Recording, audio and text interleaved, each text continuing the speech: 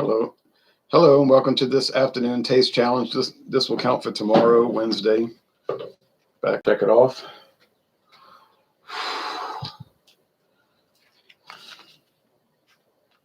Okay, got that done.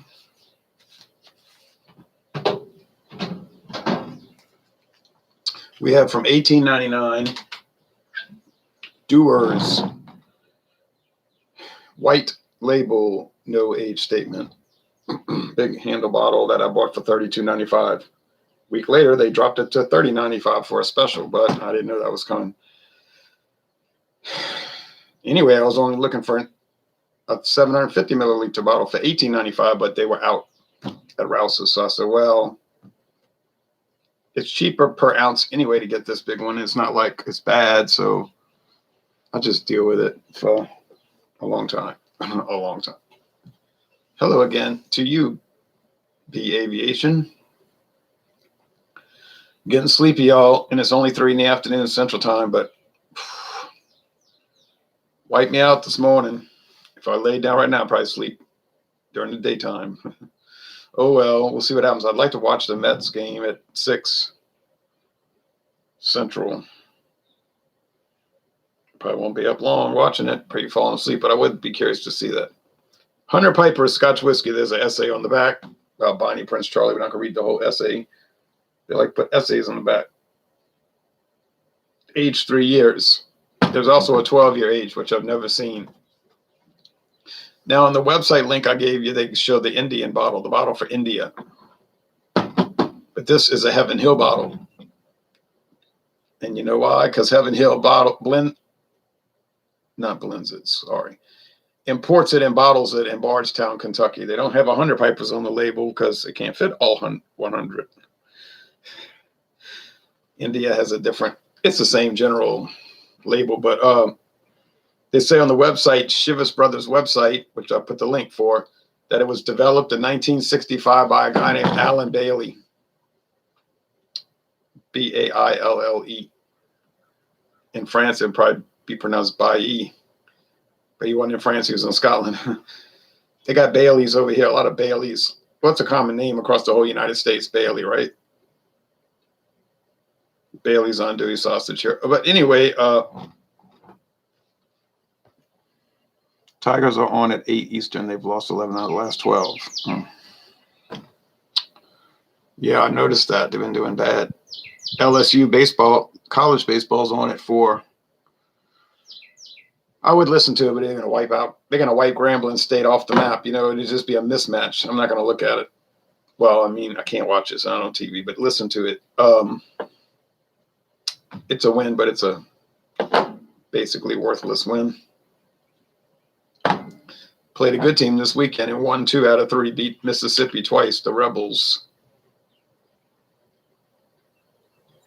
But Saturday's game was an absolute fiasco. I was getting ready to go to Mass, 4 o'clock vigil Mass, and I was shaving and listening to it, and they were saying LSU's winning, what was it, 9-2, 9-2 in the 8th inning. I thought, well, this will be all right. This game will be over soon.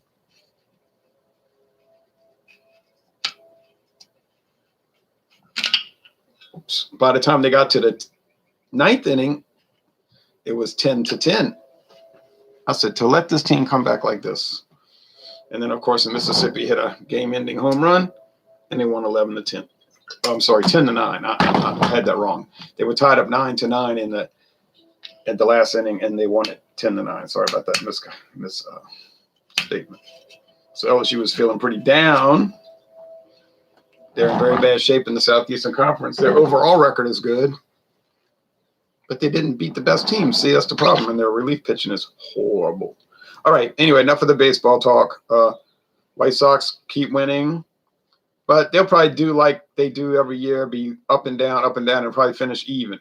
It's so frustrating, but that's how they operate, and they got a coach that does that, a manager. Sorry, same thing.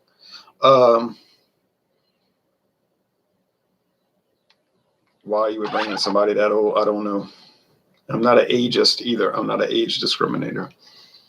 My favorite MLB team is the White Sox. I've been to about 11 games at their stadium since 2001.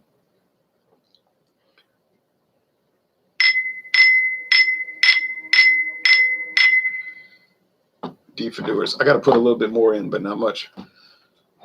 When they first built it in '91, it got rave reviews. This is the future of baseball, a baseball-only stadium, no, multi-purpose, and it's great, and it's like Yankee Stadium. They tried to mimic Yankee Stadium, I guess. And it's this, it's that, it's fabulous. 10 years later, when I went, it's a dump. Well, it certainly was no dump. It was clean, very well kept. It doesn't have any brickwork. It doesn't have any quirky angles. It's all symmetrical. The upper deck is too high, and so on and so on. I was like, wow, people are really hard to please.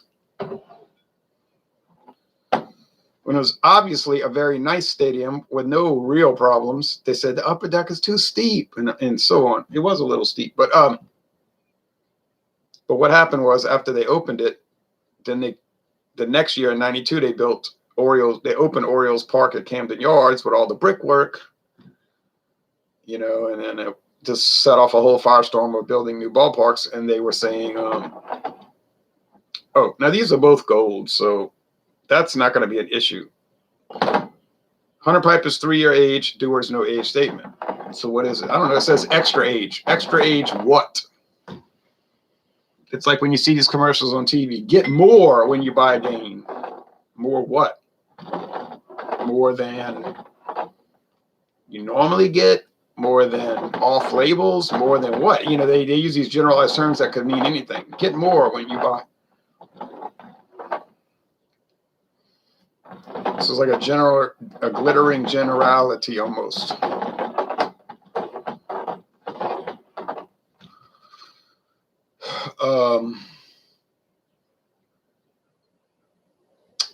Price $18.95 for Dewar's white label. $8.99. I can get it at the international market. $8.99 for 100 Pipers. True story. I think Mathern's might still. They might have gone up $1 to $9.99, but it was $8.99. When I bought it at Mathern's, it was $8.99. Now, why does Heaven Hill import it and bottle it in Bardstown? I don't know. You would have to research the history of collaborative arrangements between Chivas Brothers and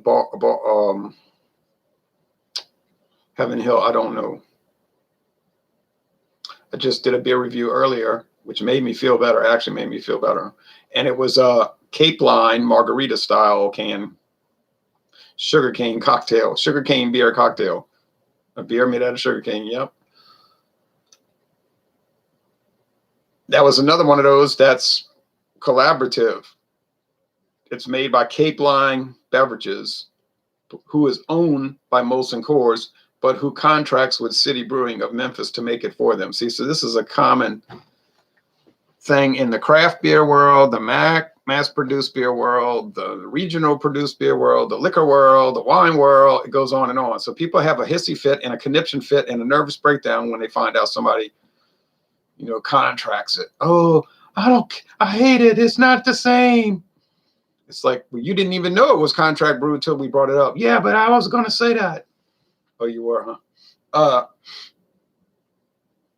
But of course, you can't do a blind taste test because the old family owned is no longer produced. So you got to go with the mass produced. I remember that after Goose Island, people went crazy. And they were going, and they asked me, don't you find Goose Island's way worse now that Anheuser-Busch bought it in Bev? I said, no, because I never tried it before the buyout. I never could get it. It didn't start showing up until 2013 or whatever. Maybe it was better. I can't tell you because I didn't try it. I thought Rolling Rock improved after the buyout in 2006 to be, if you want to get technical. I never liked Rolling Rock when they used to make it at the family-owned Latrobe. It had a chalky undertaste. I felt like I was Mia Farrow eating a dessert that some suspicious person had given me. And I say, well, only reason I bought it is to add to my bottle collection. You know what I'm saying? I bought it. Of course, I bought it. I bought the Rolling Rock red label to add, but I think that got added after Anheuser-Busch bought them and then it discontinued. But once Anheuser-Busch started making it, the chalkiness disappeared, gone. I say, well, that's an improvement. It had an unpleasant chalky note, and now it doesn't. Now everybody else was screaming and hollering, talking about this. They ruined it. They ruined it. Which is their opinion. I mean, you have right to your opinion. I mean, That's why they have beer reviews, video reviews. I said, well, you like that chalkiness? You want to eat chalk? I'm just asking. To me, it's not really. If I went to the cliffs of Dover and I was reenacting something from World War II, I might. Anyway, all right. Just kidding. I like Frank Thomas. He was a White Sox. Well, I got some news for you there. Oh, no, I'm going to have to root against him tonight. Yeah. Oh, well, what happened to the hair? I washed it. And I have a full head of hair, and it gets wild when I wash it. Hey, but a lot of people that are in their 40s don't have any hair on their head.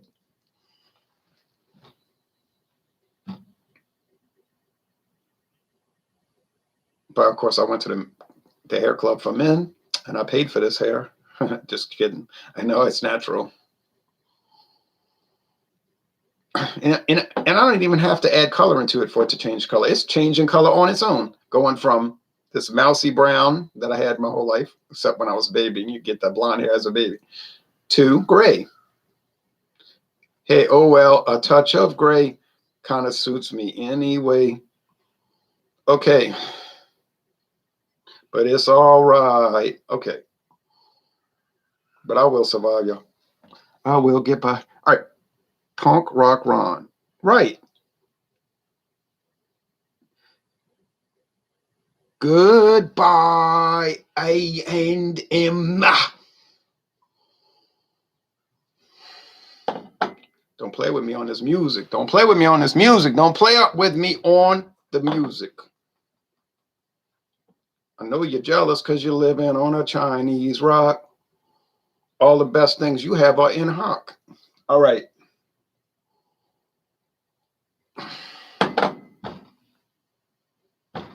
You want to talk punk rock? We'll talk punk rock. Okay. Anyway, they both smell like grain, fermented grains. Not a bad smell. Not a bad smell, but a typical smell. Typical, meaning something you would expect. Do I love blended Scotch whiskey? Yeah, more or less. Do I love it more than single malt? No, I wouldn't go overboard saying that. I like them both. You say you're not allowed to like them both. Okay, all right. I forgot the whiskey rules. I broke the rules. I'm a rule breaker. Just like with beer. I said in my Corona Extra video, I always like Corona, even before I knew I wasn't supposed to like it. And I had people in the beer world telling me, we need to talk.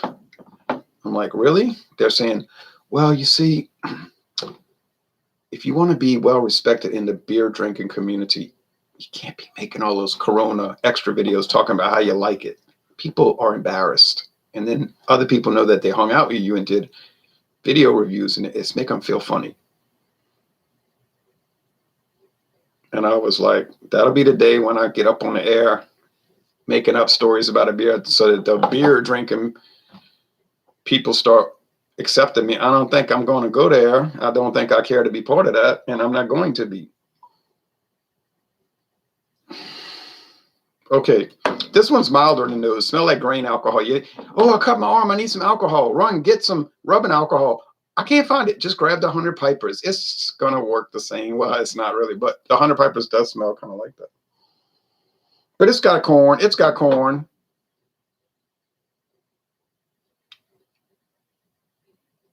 I mean, let's face the facts. These are both made predominantly with corn. Do they contain single malt whiskey made with barley malt? Yes. Do they contain a lot of it? No. Probably about 20%. Is it a blend of single malts? You know it is. Is it a bunch of grain whiskeys, column still, with no aroma and flavor in a practical sense? Yes. That's not where the flavor is coming from. That's just the body. They build it on that. Is 100 Pipers using the finest grains available? Why would they be using the finest grains available and barley available if it's $8.99 a bottle? Why do you think they would be doing that? You know they're not. So some questions are self-evident, like Thomas Jefferson said. Some of y'all's stupidity is self-evident. Remember he said that in the Declaration of Independence?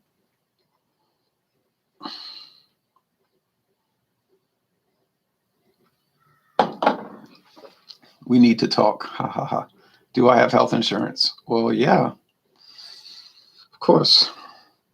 Think I'm crazy. Okay, I have no hair, unfortunately. I'm sorry. My friend refuses to try any beer. He said it tastes like old socks, but I think he's only tried light beer. Oh, yeah, that was my problem for 10 years. I had only tried Miller Lite, really, at age 18, so corrupted my viewpoint of beer. I say it tastes like sour oatmeal. I was really put off, and I didn't drink beer for nearly 10 years. Or, you know, but then when I gave it a second chance in February '96, I said, oh, I see what the problem was.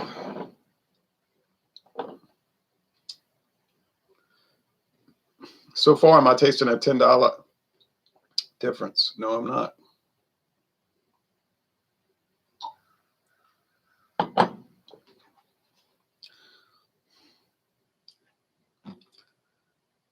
I'm going to tell you another story, and you're going to think I'm lying.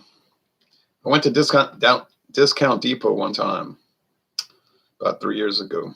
I bought 750 milliliters. Listen carefully. I bought 750 milliliters of 100 Pipers for $3.98. Now you tell me where on earth you can buy a 750 milliliter bottle of blended Scotch whiskey for $3.98. But I got it.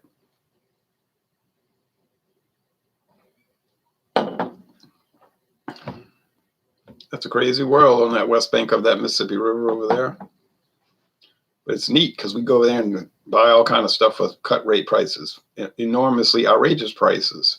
Are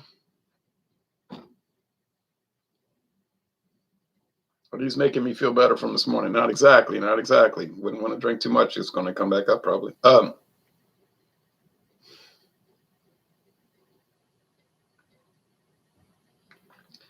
It's just like the Chivas Mitsunara, and the Dewars.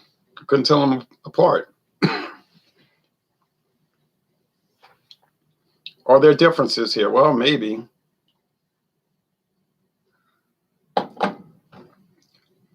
Am I a connoisseur? Do I have some kind of training? Only personal training. I don't really know how to break these down properly to tell them apart. But if you want an amateur answer, to me, they taste almost identical. Okay. Grain alcohol with a alcohol burn, a little bite to it, but it's sort of smooth in the overall sense. Would I recommend them? I mean, sure. You know, they're using them for mixed drinks anyway. You know that. You know, people are not drinking this stuff neat. Either one, they're buying and making cocktails.